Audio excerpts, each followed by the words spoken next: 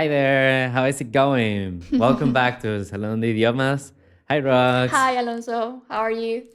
Things cool, and now I'm actually like really excited today because I get to talk about more like myth busting. Do you like myth busting? Yeah, I do. So, what surprise you bring today? Okay, so we're gonna try to delve into the whole grammar conundrum that we might have some Grammar. issues and common misinterpretations on some of grammatical aspects that I'm sure that you will also be more than happy to explain to all of our listeners, right? Yeah, I mean, there's so many things to talk about regarding grammar because I think it's like a chip on most of our students' shoulders, as it's a problem, I guess, to some extent for many. But yeah, I don't know, go ahead, tell me what myth we Yeah, should. so actually, we were discussing before we started this podcast that surprisingly, we have a complete different perspective of the misuse of the perfect tenses, huh? kind of kind of yeah, so we were talking about present perfect, either present perfect simple or present perfect continuous or progressive, as you want to call it. So we were talking about that, and Alonso was giving to me his insight, and I realized that what I grasped and gathered from my classes was a bit different. So, for instance, a thing that I keep encountering within my lessons is that usually Spanish speakers, they tend to use present simple for actions that might have happened in the past, usually happen in the past and keep happening in the present. For instance, in Spanish you say, soy profesor desde hace X años. Soy profesor desde hace 3 años. And that doesn't work like that, exactly like that in English. You cannot say, I'm a teacher for 3 years, or I'm a teacher, which is even worse, Yeah. since 3 years ago. Okay, Yeah. so that's one of the worst things you can do. Yet, it's really common. So if you're listening to us, tell me or tell us, Yeah. in just a couple of seconds, how would you translate that into English? Soy profe desde hace 3 años. And I guess now that we were talking about the tense, Yeah. So, on the other hand, I have actually had the problem where they overuse it.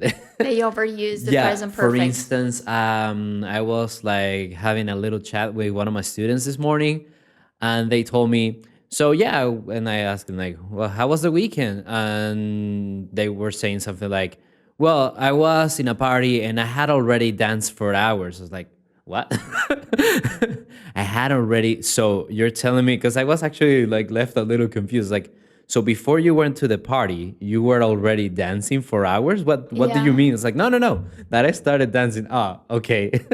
So Okay. yeah, like those kind of like misuses of the perfect tenses in this Yeah, case. it's crazy indeed. Yeah, because on the one hand, especially if you're Spanish, right? Because like we are in Madrid, we're in Spain, so most of our students are Spanish. And first thing first, if you refer to actions that happened in the past but still occur currently, yeah, go with it. Most likely you have a present perfect simple, or progressive. So if you want to say, soy profe desde hace 3 años, I have been a teacher for 3 years. That would be the correct thing in English, because something, again, I repeat, started 3 years ago and keeps happening. You're still a teacher, right?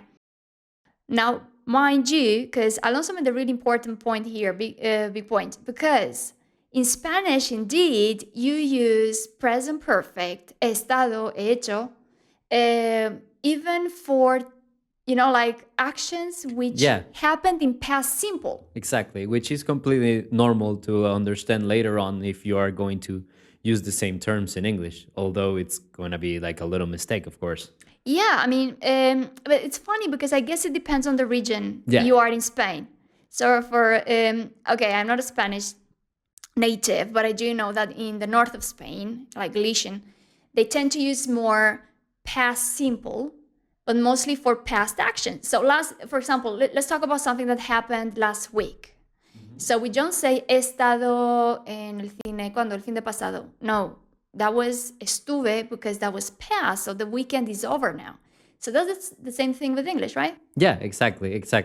Yeah, in that case. And also, like, for instance, in Latin America, they also tend to use past simple more often Oh, than present really? perfect. Yeah. Yeah, yeah, yeah. Okay. And most of the time when they want to refer to the present perfect, instead of saying like yo he llegado, they would say something like acabo de llegar. Okay. Yeah. Okay. Okay. They use Okay. that more often, which is actually really interesting. No, it's nice, but Yeah. yet, I guess that doesn't make you mislead a bit the way you do use these tenses in Spanish, right? But in Hmm. English, I beg your pardon because Yeah. Actually, you end up having that mistake less often over there. Uh huh. yeah, I mean, no wonder because you don't repeat it that often. Exactly, exactly. There you Mm-hmm. are. Mm-hmm. Yeah.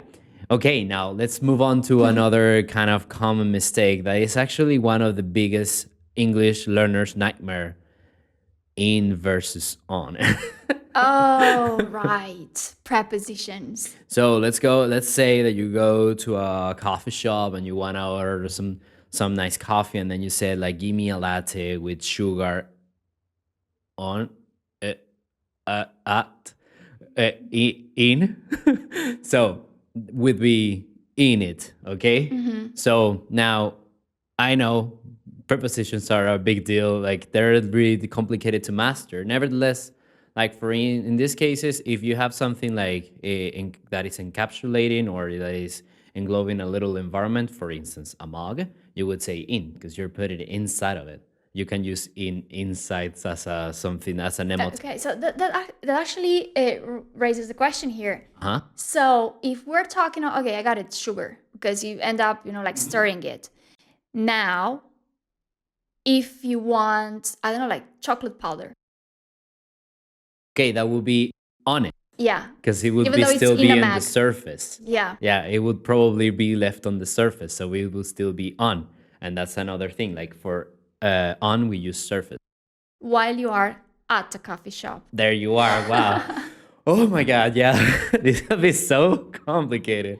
But yeah, another useful tip to differentiate in versus on.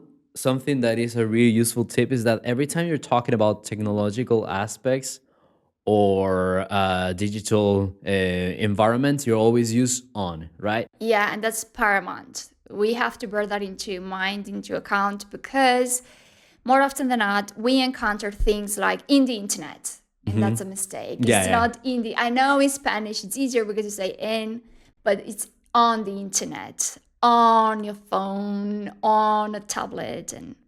But it's funny because I believe you just have to be like when you speak in English and you have some doubts as for what preposition to use, I guess you just have to be like really observative Yes.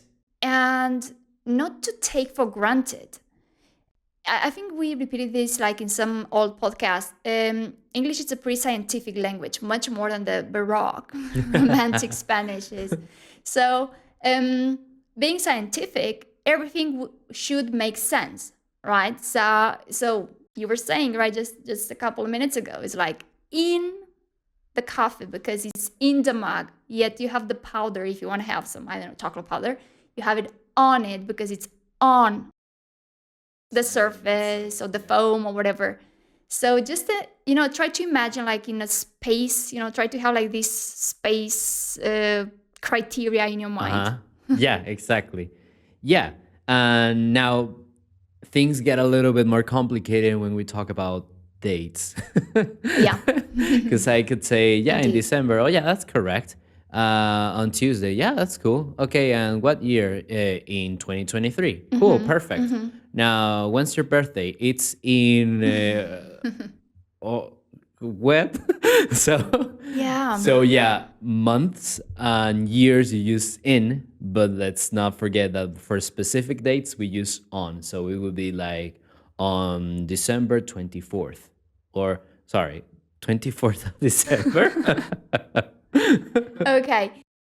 And okay, but we have to make a bit of a break here because it depends on the specific moment. If you refer to the moment as like an event like Christmas lasts for I don't know, like a couple of days, 2 or 3 days, I don't know. I know that we usually don't work for a day. Yeah, if it's that, in I guess that midweek. depends on how much you want to celebrate it until but next year. Yeah, but I guess, I don't know, like for sure, like 2 days, right? So that will be at Christmas, right? So it's at Christmas, at Easter, because it's like I don't know, the event. I don't know how to put it. Yeah, which takes me to another thing. Like if you're talking in general terms, then you would use in. For instance, where are you? I'm in the streets. Okay, what Yeah. street? Then you would use on in this case. I'm on Peter Street. And so that's kind of like the biggest. At the also- corner. Yeah, there you are. Exactly.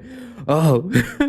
Just to make it simpler for you guys, we will leave like just, like at the description, in the description. Yeah. In the description, we're going to be leaving a link with the explanation of the usage of these 3 prepositions. Yeah, and now that we also can have some videos on Spotify, it doesn't matter if you're listening to this on Spotify, we'll also have the video, so you will see it on the screen as well. Cool. Yeah. 'Cause On the screen or in the screen?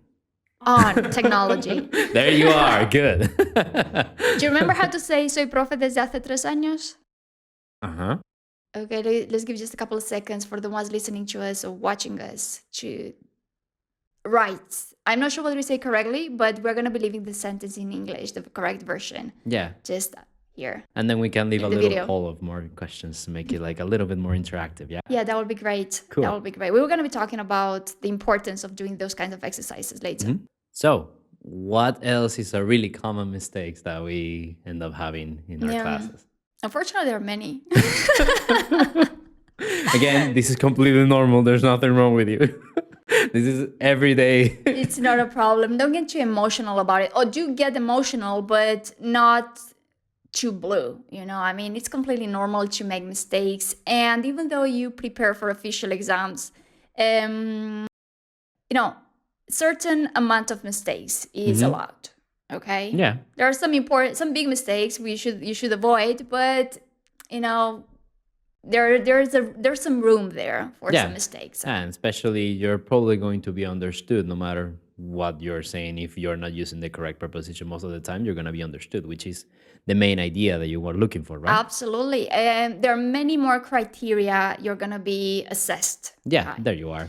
So, so a thing that I keep encountering as well, and I guess you too, is for Spanish speakers, the lack of the subject. Oh, yeah. Yeah, that's a really common one. And why does this happen, you may ask? Well, there is a simple explanation, but just before. So, guys, for instance, if I were to ask you now in Spanish, so you can translate that into English, how do you say llueve mucho en invierno? We can encounter things like it's raining, rains a lot in winter, or whatever. So I usually what people say is something like it's raining, because it's easier to say that. Now I keep reminding them, it's like, okay, but I asked you in a present tense, like a factual thing. It's not something that is currently happening, so you use a present progressive or present continuous. So how you say llueve, just that, llueve. And it takes a bit of a bit of time to figure out that you do need to use the subject it. Yeah, most of the time is with it. They have a problem with it. What's the problem with it? Yeah, plus the S with the third singular, it rains.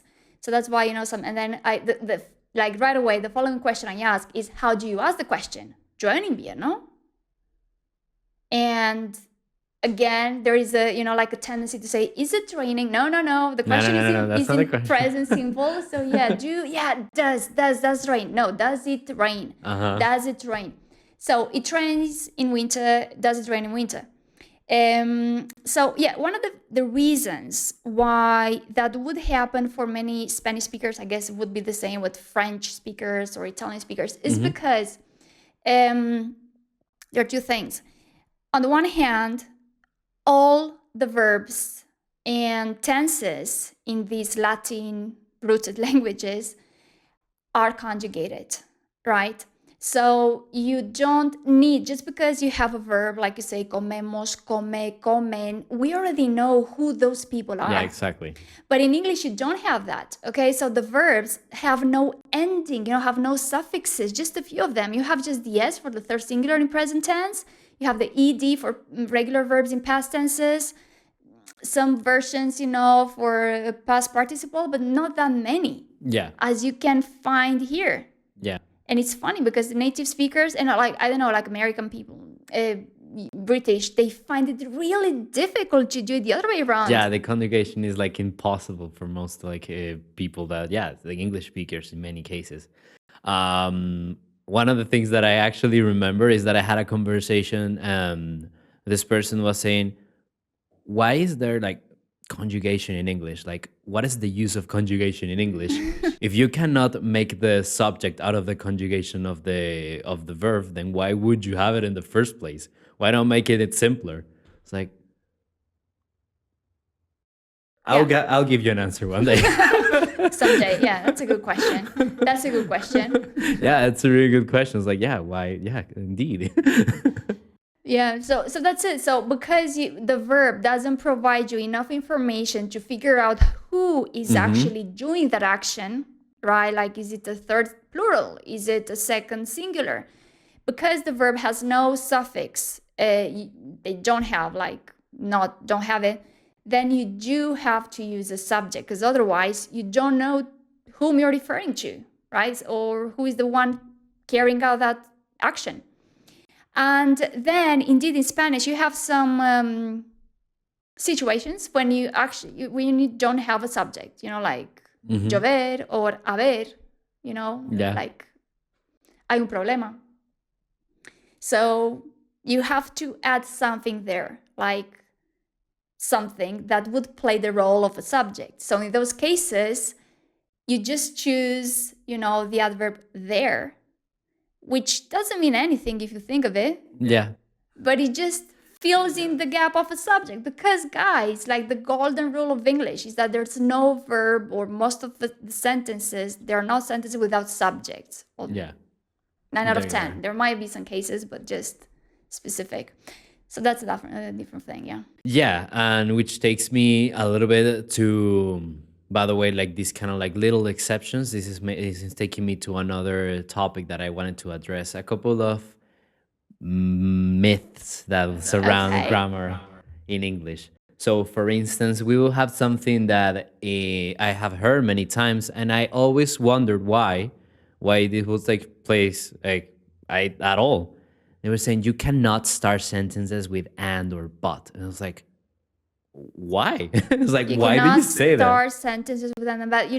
Like, of course, written language. Yeah. Exactly. I was like, but you use that all the time to like make emphasis or to draw the Yeah. attention of the speaker.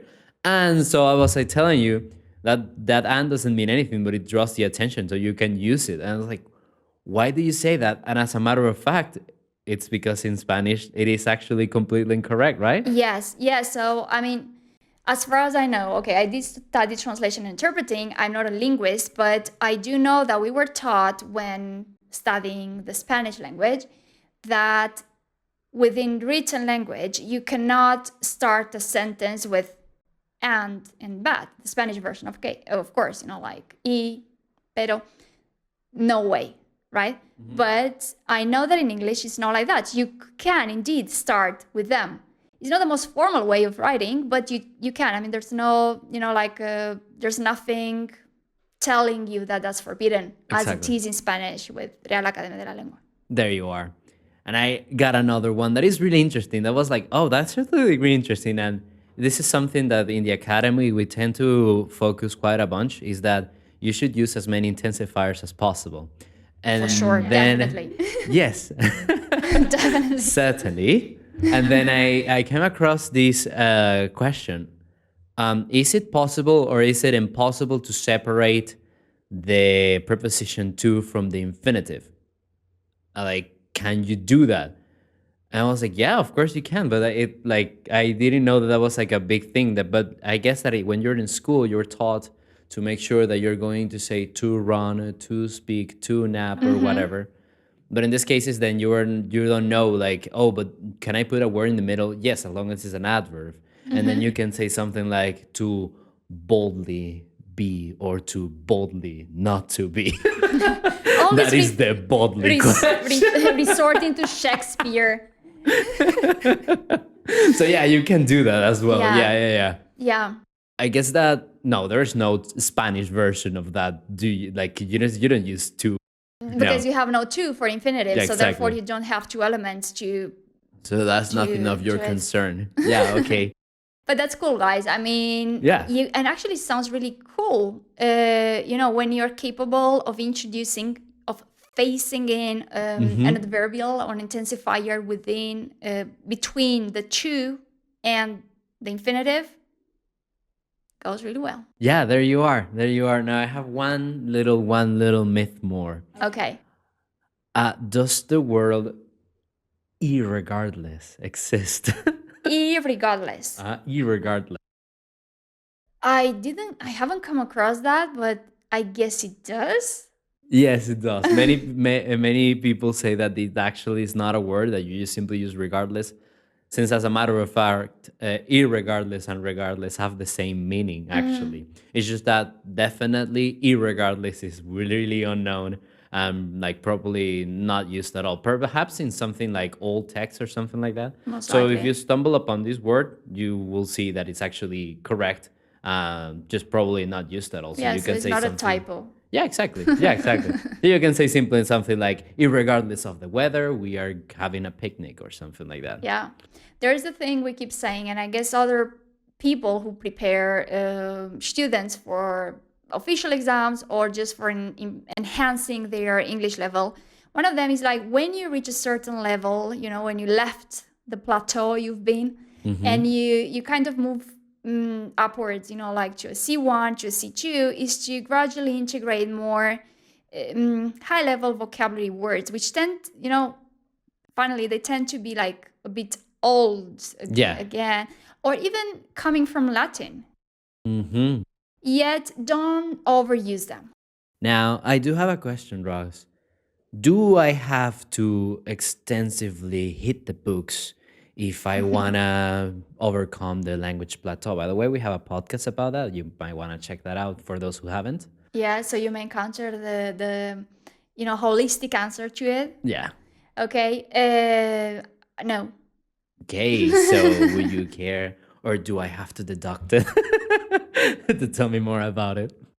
Well, I believe this actually goes, and perhaps I'm mistaken, but I believe it goes hand in hand with ways of actually integrating grammar in your system, because in the end, it boils down to the way we think and the way our brain features the language.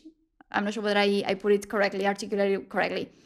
So there is this, and you can add more information. A bit more of like the implicit learning that you got from really meaningful interactions, with the language. It can be with other individuals or with the language per se, like massive exposure to the language. Anything else you would add? So pretty much, I would say that no, you should not just be reading books and thinking that you are gonna have it on the back if you just like read all the grammar books. There are plenty of nuances that you should also kind of like deduct on your own, and that's where the implicit learning comes into place, and then you can even extrapolate this even further. I'm saying something that you should think about the deductive and inductive learning, and well, that's something that could be really interesting. Psychology, yeah. Yeah. No, it's really cool. It's really cool. But just to put it succinctly, when you're convoluted with far too many explanations, you know the theory. Okay, it's cool. So perhaps it's just for your interest to know why certain things occur the way they do. But eventually, everything boils down to practice. So no matter how much grammar or how much you crack open the books, the grammar books, Okay, that's cool, but if you don't practice it, in the end, it hardly makes any sense. Yeah, there you are. Exactly. And also, don't forget that you cannot just speak with your brain. You also have to use your mouth. By the way, you also have to make sure that your mouth or your vocal cords and all that jazz is going to be used to doing this in the regular basis. Because, like, you're probably gonna have also the muscle memory when you're like speaking in another language that you can practice as well. For That's another sure. aspect of it. Definitely. I mean, if you think of it from a different outlook or different perspective, the language, any kind of language, is like separated in four skills, right? So you Mm-hmm. have the listening, reading, writing, and speaking. And as a matter of fact, if you're acquainted with official exams where they even have other things like grammar or use of English, now that has been left a bit behind. And the new institution regulating the way language or certificates assess students or candidates, they just leave behind the grammar Yeah. aspect because supposedly you already show your mastery of the language by through the other four skills. Yeah. By speaking, by writing, yeah, Yeah, of and course. everything is cross, so it's um transversal. You have to in order to integrate grammar within your system. Okay, you can know the rules, you can have a grammar book, but don't depend too much on that, don't rely too much on that, because it's okay, especially for Spanish speakers. It's okay, especially, as I said again, to be curious, to understand things, yet try to upgrade the rest of the skills. Do your Exactly. best to boost all the skills, like read a lot, write a lot, like really write a lot. And I know that's not an easy task. Yeah, but well, And listen and speak. Yeah. yeah, and since you always like every now and then you wanna face in some psychological tips, you could also write. How was the name? I forgot about. I lost my. I got my wires crossed for a second. Yeah. Where a journal where you are grateful. I forgot that. What do you know the name of it? I don't know. No, I don't know. It's not a diary for sure. No, what? Yeah, but you don't want to call it journal because otherwise, then a bunch of people. You don't want to call it a diary because people are gonna be like, "No, that's a diary. It's not that." No, you have to have Okay. a journal. Okay. Yeah, I don't know what you're referring to right now. yeah. So, It's like a kind of like it's a journal, but it's also a diary, of course, okay. where you're writing like nice things that have happened to you during the day, and then you're grateful for, or like Yeah. some every kind of interaction that you have had. So you could also be feeling better with your own self and like all the things that are going on with you while practicing your English. Yeah. Yeah, definitely. I mean, this kind of positive emotion and your mindset plays like a crucial role here. Mm-hmm. Like the way you regard the language. For instance, it's funny enough. With funny, I don't refer to something which is like amusing. With funny is like interesting. It Yeah. has like different meanings. And funnily, we do come across where people call us who just have like they are completely off put by the language. They just call and say, I just need a certificate, Yeah. but I do hate the language. I have to be honest. I do have hate the language, but I do need it. I do need a specific level for a specific job or something.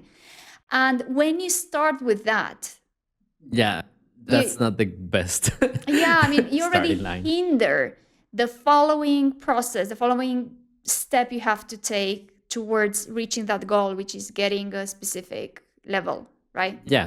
So try to change a bit the mindset and try to find fun within the language. So eventually it can spread. So you can find fun by just listening to our podcast. There you are. So That was a good one. by listening to English on a daily basis. So far, we've been having like 25 episodes. Yeah. Okay, so you have like a podcast for 25 days, right? This will be our 26th, almost a month.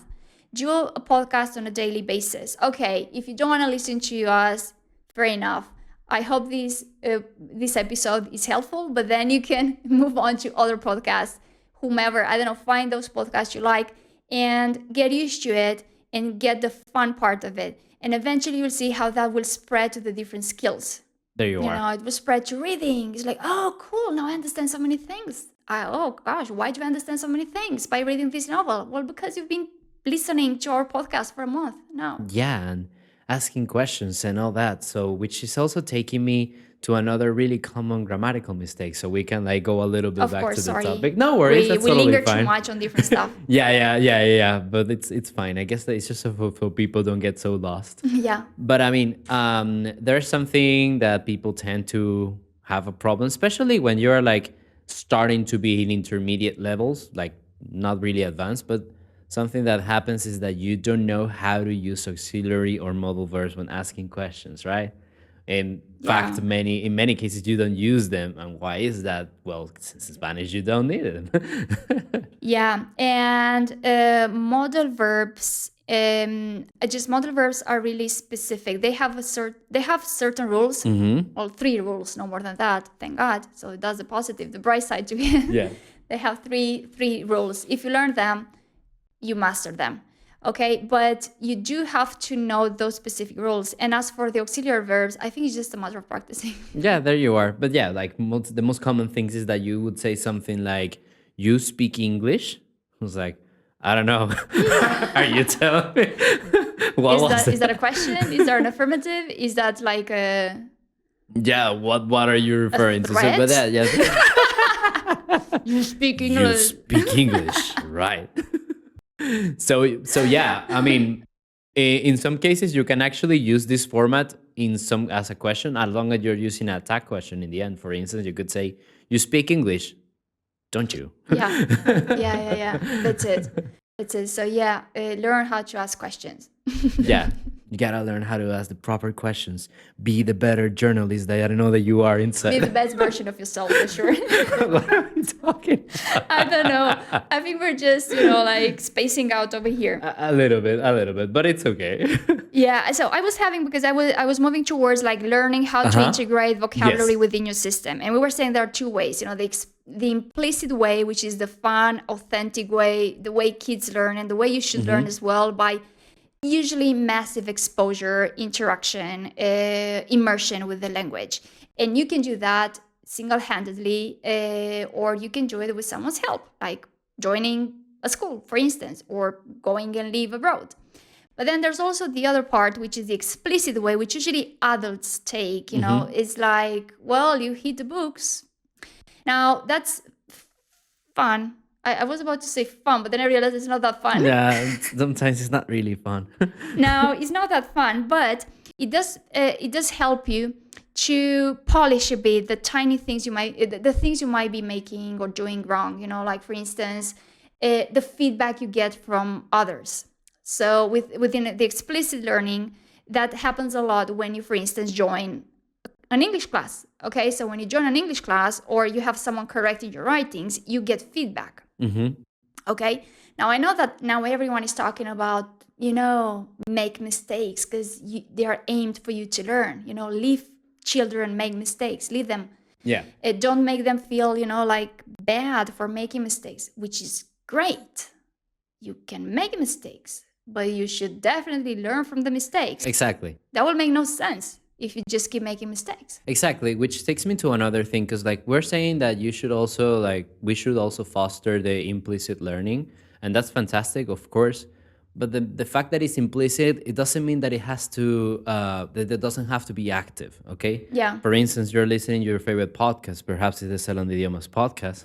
Again. And then you're gonna be like, yeah, you're probably going to do something else, or you're probably just like listening to it and not like really paying attention because you wanna have fun with it or you wanna enjoy it. But you should also, like, at the end of the podcast, for instance, you should try to like give yourself a little feedback. For instance, what did I understand about this? Indeed. Is there something that I didn't understand? Again, ask the better questions for yourself. Yeah. And by the way, if you do follow us on Spotify and on YouTube, after every podcast, or most of the podcasts are followed by some questions from the content you heard. So, you can assess your learning. So yeah, I mean, like you are still you can still like learn from your mistakes and say, for instance, I didn't understand this part of the podcast. Why didn't I? Oh, I guess that I am not like really well aware of these grammatical aspects. Let me take a look at that. So yeah, that could make, even if you're doing it implicitly, sure. this is still like an active impact. So I think that could be like a really great approach to it. For sure. Yeah. And I guess everyone should nurture a bit more this self-critical view, but not within like, oh gosh, I did it so wrong. I Yeah. feel like awful. I'm the worst, you know.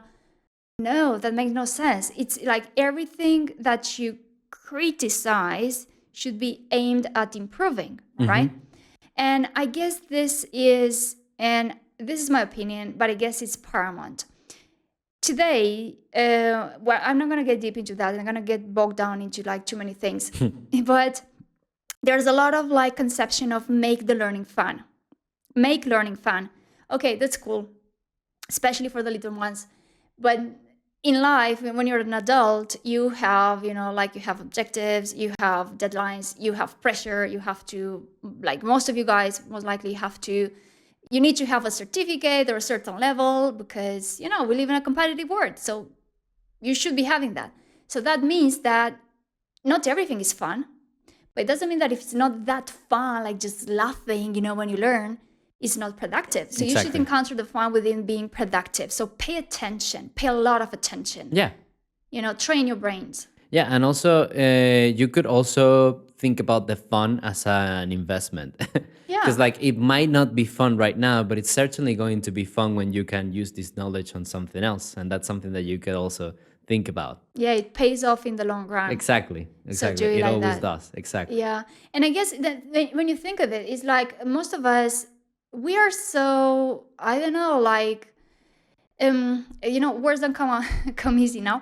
But because we devote that long time exposed to screens, you know, we work with laptops. We have a phone we watch like for hours a day. We are on social networks. Then we go home and we watch Netflix. And then we binge watch any kind of screen. It ends up like our brain, it doesn't work, you know, our brain doesn't work that much. Yeah. Exactly. It works passively, so we keep ingesting information. Now, if you decide to train your brains a bit differently, you know, and decide, for instance, one of the ways of training it is by the translations. We're gonna leave just right after the podcast. You know, we're gonna leave some translation from Spanish, so you can translate them into English, and then you have the answers in the description.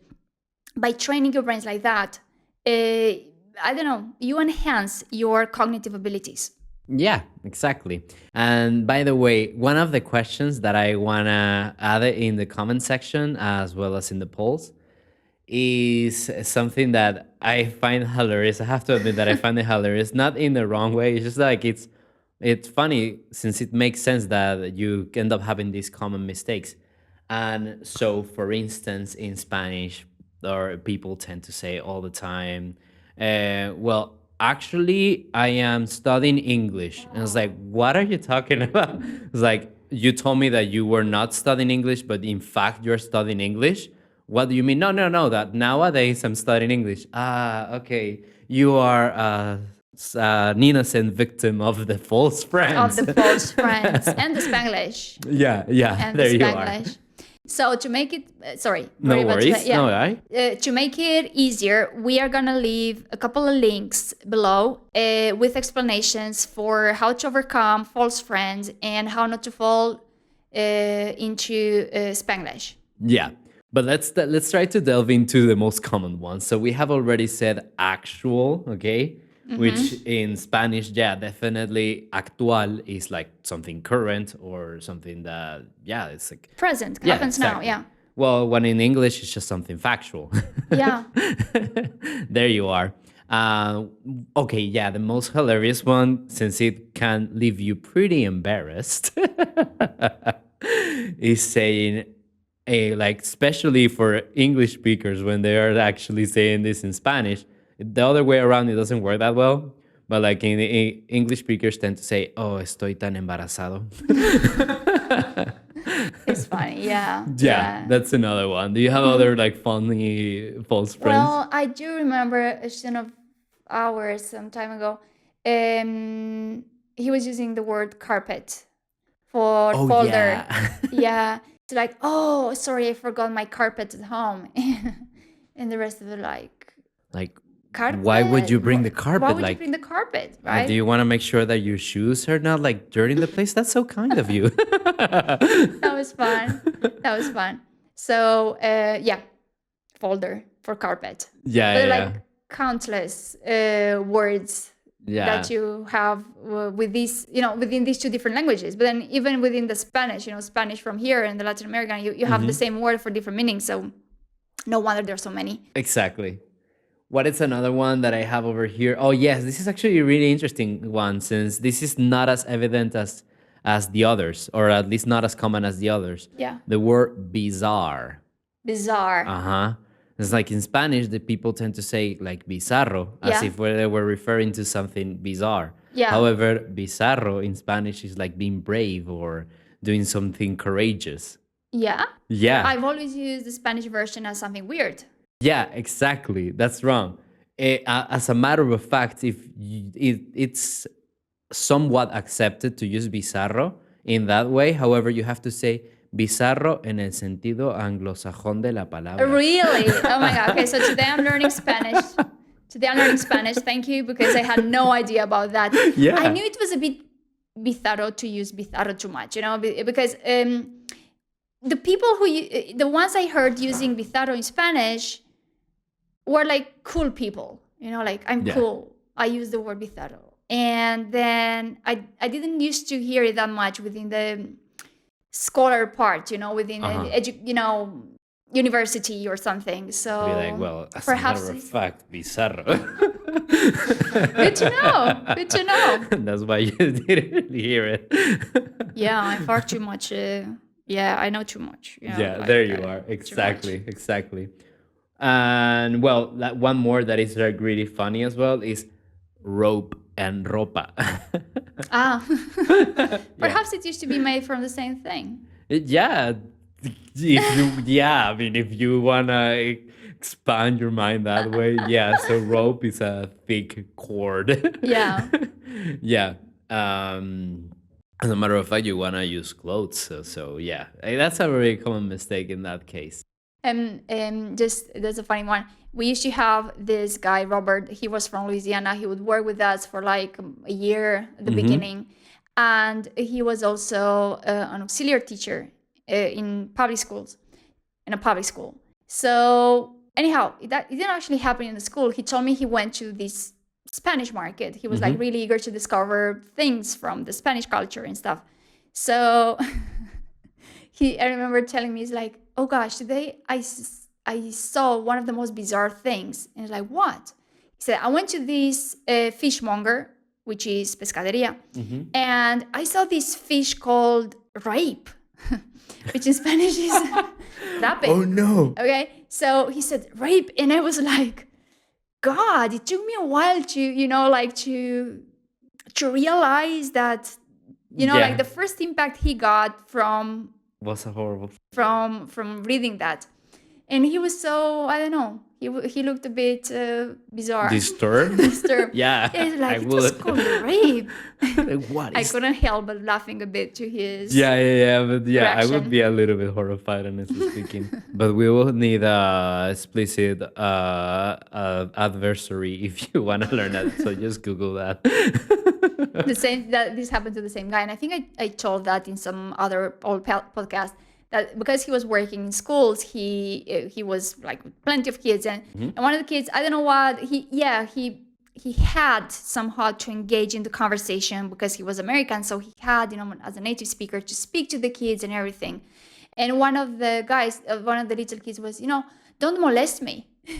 Oh my God. And I remember I was like, What? no. And the other one had no idea. Of course, in Spanish, molestar has nothing to do with molest in English, which again is a really strong word. Yeah. So those are just the differences you can encounter culturally, but most likely it's false friends. Yeah. False friends that can be really bad. Indeed. So guys, on my end, if you are to absorb grammar naturally, try to do it implicitly. But then if you are to do it explicitly, pay a lot of attention to the feedback you're given, okay? Pay attention to what you do, how you do it, and repeat a lot, because repetition lies at the heart of Yeah. a really good learning process. And of course, you can always use Salón de Idiomas for all of this and even more. Like during official exams, for instance, There you I have are. to specify, to be a bit more, even more what. Fantastic. Okay. So yeah, I think that will cover this up for today, huh? Yeah, we could call it a day. Yeah. I hope you enjoyed it, guys. Yeah, I hope that you have. Well, and I see you on the next one. Yeah. Well, let us know what you think about it, and if you have any questions, you can always leave it in the comment section below as well. Okay. Well, take care. Bye. Take care. Bye, guys.